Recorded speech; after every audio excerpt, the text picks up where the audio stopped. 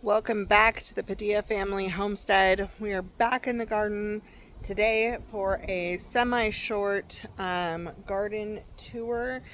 It is November 19th when I am recording this, and we have had two frosts possibly, but it was close to that frost. Places frosted, but we still have peppers, so they could not have been a good frost. Um, so I just keep putting frost cover over the netting, but I want to show you kind of what's growing, what I have where. It also helps me document because we're new to this state and to this zone, and so we are trying to make sure that we know. Kind of gauge over the next few years what the norm is. And so I'm going to turn the camera around and I'm going to show you our first bed and what we have going on. Okay, so in this first bed we have pineapple sage that I thought died in one of the frosts. It was really wilty afterwards, but somehow it looks alive. And it even looks like I have blooms. I'm probably going to harvest some of this because we have a couple of freezes on the radar. The okra is piddled out. It's trying. Somehow it's still trying, but that's what it looks like. I don't know. The lemongrass it's not doing well after the transplant. And I thought I lost our parsley, but I do have curly leaf parsley and flat leaf parsley that seems to be doing better now that it's cooled down. So I don't know what's going to happen with that. Our sweet alyssum is doing wonderfully. It's loving all of this. So this bed pretty much mulched itself from the trees, which is awesome. But the parts underneath the netting did not get mulched, so I have weeds popping up, which I need to take care of. I've been contemplating mulching this with leaves, but I'm afraid of introducing insects, so I haven't done that. So we'll see. I don't know what I'm going to do yet. But we have cabbage along that outer row. We have Brussels sprouts along the inner row. And then we have some calendula right here.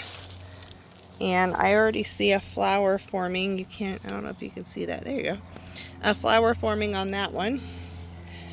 And then we have our pansies that I popped in here. We did get a lot of hail and a lot of craziness yesterday. So I'm kind of surprised some things are still hanging on. These are our sweet peppers. They're not really producing much. Actually, some of the flowers popped back up. So, I don't know. They're definitely trying, but they're going to die this week. I don't know why they didn't die in the last one. These looked really wilty after the frost, but do you know what? Somehow they're still alive. So we're just rolling with it. I had some extra pansies and snapdragons, so I popped them in here. There's some bees that have been enjoying them. They're supposed to be sub-zero, so we'll see. Again, that artichoke should have been dead with the frost, so maybe we haven't had a legit frost, but we've gotten pretty cold. So people all around us have had frost and their gardens wiped out, but somehow our little microclimate right here has not. So that artichoke is still holding on, but it will be gone. Again, we have some good sweet alyssum right here. This bed is our kale. And we have some blue Scotch curl kale. It's really doing well. The Ragged Jack kale. I want to say that one might be my scarlet kale. Actually, scratch that. That's scarlet kale up there. It has purple. I don't know if you can see through the net very well, but it has purple leaves. That's Ragged Jack. This is blue Scotch. That's blue Scotch. And that is the Dino kale.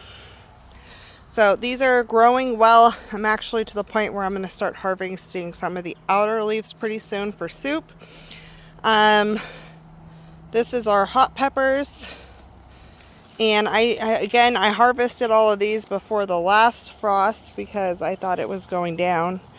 And the leaves looked really weird, but it survived. So, oh, there is a pepper on here. So it's still growing things. So we'll see. I don't know what's going to happen. I think these are going to die this week. They should die this week. We should. Because we have estimated down to 29 now. So the nasturtium's doing pretty good. I have some calendula over here. I have thyme and lemon thyme still doing good over here. Again, this bed really mulched itself with the trees dropping their leaves.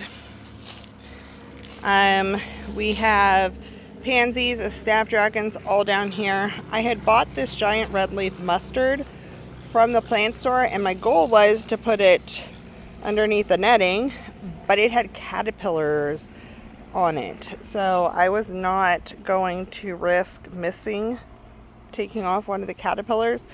So I planted it just out here, and I will harvest some and eat some as long as it survives. So that was my bad for not checking for the caterpillars earlier.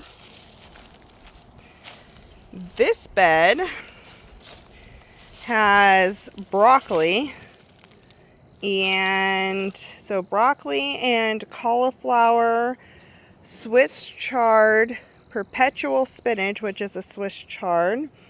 It has a couple of collards in it. We have some rutabagas growing in here. We have some turnips growing and some kohlrabi. So we'll see how everything does. Oh, and some walking onions. So it has a variety of items in it. It's hanging on and doing its thing. So we'll see how this progresses and grows. We have some more. We have Thai basil, and we have sweet basil. The sweet basil's really lost a lot of its scent. I'm kind of just leaving these. We got a good 2.5 inches of rain yesterday. So I'm kind of leaving these.